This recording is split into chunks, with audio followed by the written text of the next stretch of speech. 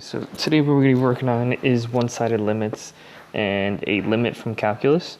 So this is going to close out the rest of direct substitution that we're going to be pretty much doing. So we're going to focus on, certain types of functions where we can use one-sided limits to kind of help us identify what the function value is approaching as we get closer and closer to the c value of the limit. And then we're going to work on a very commonly used limit definition that we've kind of worked on previously in the year, but we're going to apply the limit process to that. All right, and then that'll be it for the section of 12.2. All right, so one-sided limits. All right, so the notation's slightly different, and I just want you guys to kind of focus on here. Notice that in the limit notation, we have a c with a superscript of a negative sign, and we have a c with a superscript of a positive sign. Now, all that means is that when we have this notation, okay, you're approaching c from numbers that are less than c. Okay, so you're approaching the c value, but from the side that is less than. So basically this is approaching from the left.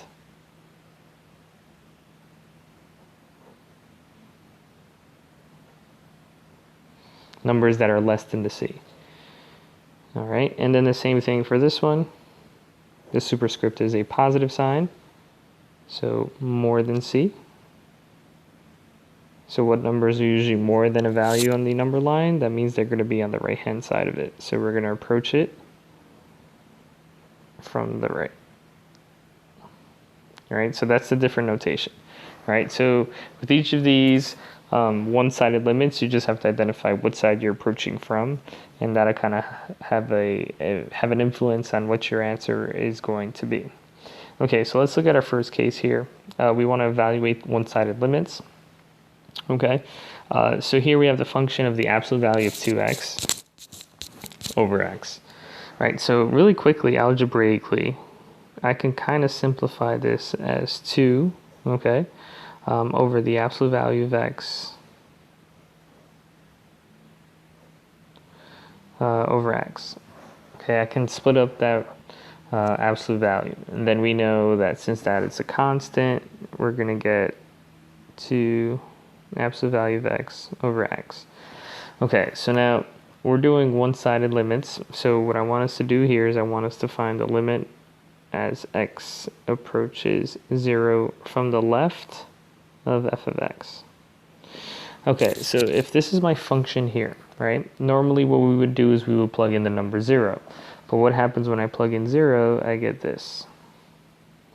That's going to give me the indeterminate form, right? So this is one that we can't really plug into because of the fact that it's indeterminate form. Now, what we need to kind of understand, okay, is that we're approaching x from the left-hand side of 0. So what type of numbers are we going to plug in? We're going to plug in numbers that are less than 0, right? So what is that going to do for our problem? Well, basically what's going to happen, since we're plugging in on the values to the left-hand side of x, left-hand side of 0, our limit is going to be as x approaches 0 from the left of 2. Now, I'm going to be substituting a negative x value here, and I'm going to be substituting a negative x value here, right? So algebraically, what's going to happen? I'm going to have 2 times positive x over a negative x.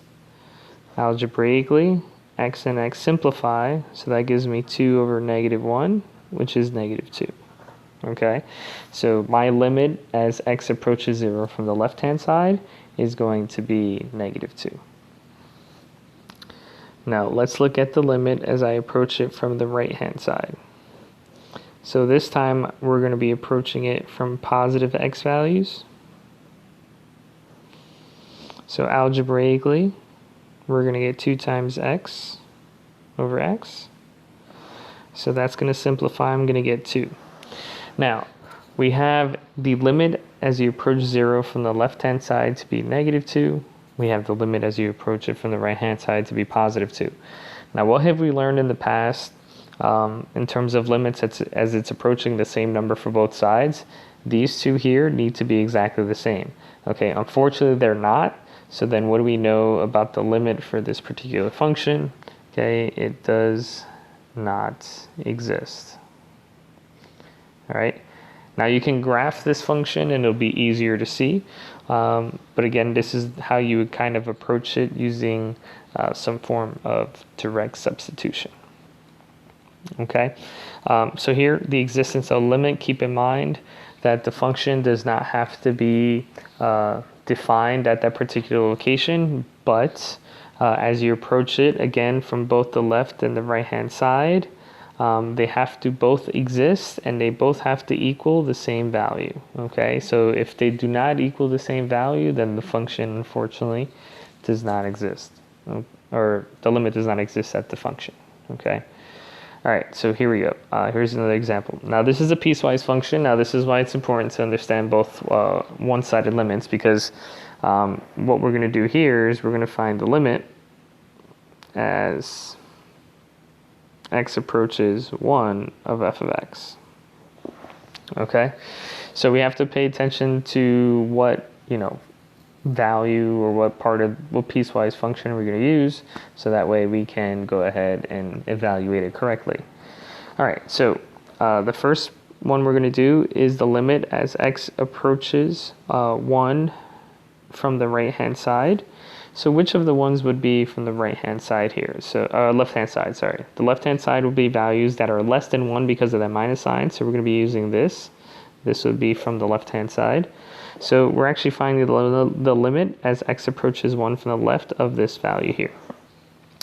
Okay, so what we're going to do is we're going to substitute. We're going to be 4 minus 1, which gives us 3. So the limit as we approach 1 from the left-hand side is going to be 3. And we use this function here because this function satisfies the values that are less than 1. Okay, and then the other one is going to be from the right-hand side. So we're looking at values that are greater than 1. So if it's greater than 1, we're going to be using this one instead. Let's do this in a different color. Okay, so we're finding the limit for x minus x squared. All right, so we're going to have 4 times 1 minus 1 squared. That's going to give me 4 minus 1, which is equal to 3. So now, because the limits on both sides are in agreement, then we know the limit of this function exists. So the limit of f of x as x approaches 1 is going to be equal to 3. All right, so that's us doing it from both the left and the right-hand side. Again, they need to be in agreement so that we know for sure that they have a limit and that limit exists. Notice that this function is not defined at 1. Okay, at 1 this function does not exist, but it approaches that value. All right, so here's a word problem, again, comparing left and right-hand limits. So it says to ship a package overnight, a delivery service charges $18 for the first pound and $2 for each additional pound or portion of a pound. Let x represent the weight of a package and let f of x represent the shipping costs. Show that the limit as the function approaches 2 does not exist. Okay, so we are going to be evaluating this.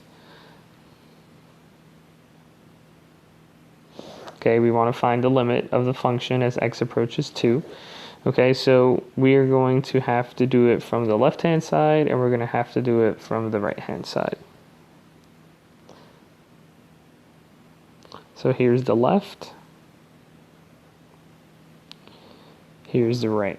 Okay, so from the left-hand side, okay, which of the three functions essentially am I going to be using? Well, I'm going to be using this one. Okay. Now, the reason why I use this one and not the top one is because which function is leading up to this value of 2, it's going to be the function in the middle. That's going to be the one that's closest, that's leading up to the 2 that we're going to be working with. So this is going to be considered our left-hand side. Our right-hand side function is going to be this one here because those are values that are greater than the 2. So this is your right-hand function. Okay, so now let's evaluate each of these individually. So here we're taking the limit of 20 because that is on the left-hand side. So it's a constant, so the limit is going to be equal to 20. Here we're doing the limit of 22, and that's going to be equal to 22. Notice that these two values are not in agreement, so the limit does not exist.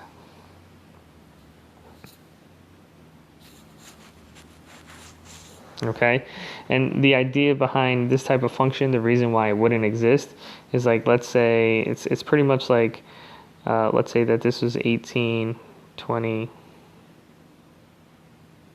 22 really quickly.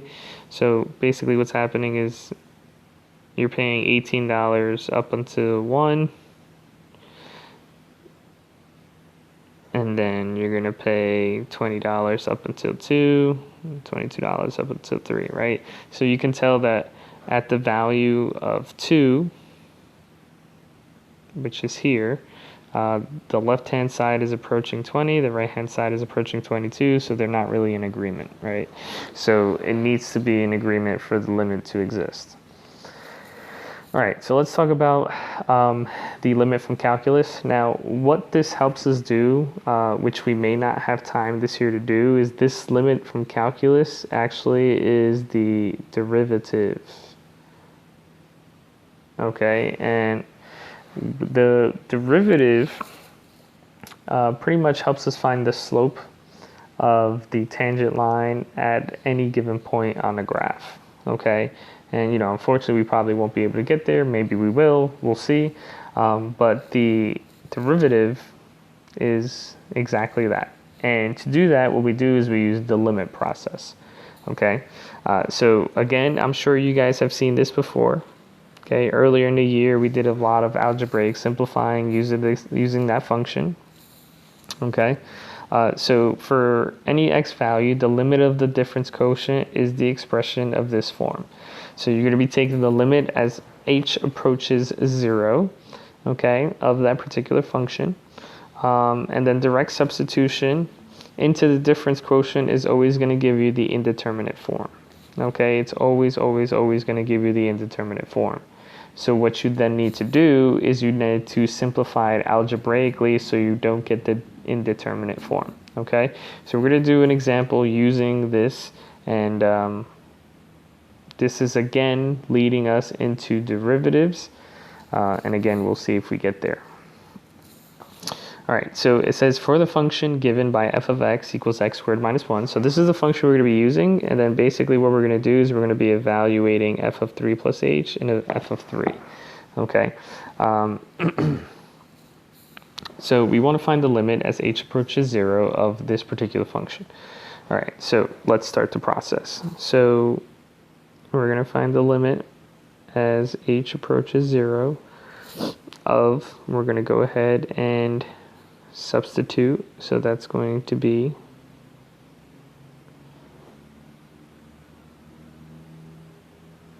(3 plus h squared minus 1 minus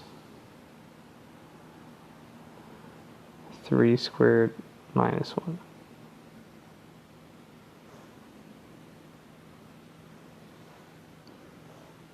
Over h.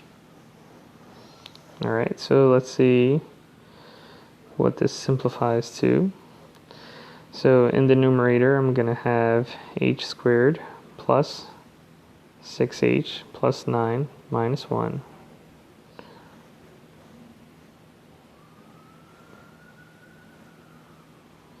minus 9 minus 1 over h. So the limit as h approaches 0 of, we can start simplifying. So we have h squared plus 6h plus 8. You're going to have 8 here, so that's minus 8 over h. Okay, so that's going to give me h squared plus 6h over h. All right, really quickly, if we substitute 0, what are we going to get? We're going to get 0 over 0. So now we have to simplify this algebraically. So again, the limit as h approaches 0, we're going to factor out an h in the numerator. And then that's going to give me h plus 6. So now we can plug in the 0 value. We get 0 plus 6, which is equal to 6. So the limit as h approaches 0 is going to be equal to 6.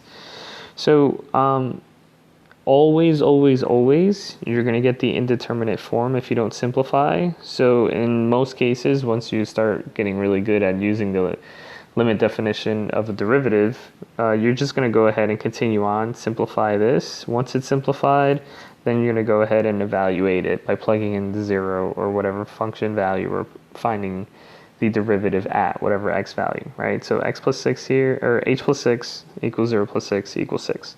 All right, so there you go. Not much to it. Again, so for one-sided limits, the left-hand side and the right-hand side need to be in agreement. Okay, and then for this derivative function, again, you're going to use the function that they provide. So in this case, it was this x squared minus 1. You're going to evaluate 3 plus h and 3. It's not always those. It could be other, different values. It could be all variables, for example. You're going to simplify the expressions as best as you can. You should get the indeterminate form like we did here. So then all you have to do is simplify these h values and you are good to go. All right, so hopefully this helps you guys out. And we're getting close to the end of the year, so it's exciting. It's an exciting time for sure. All right, see you guys later.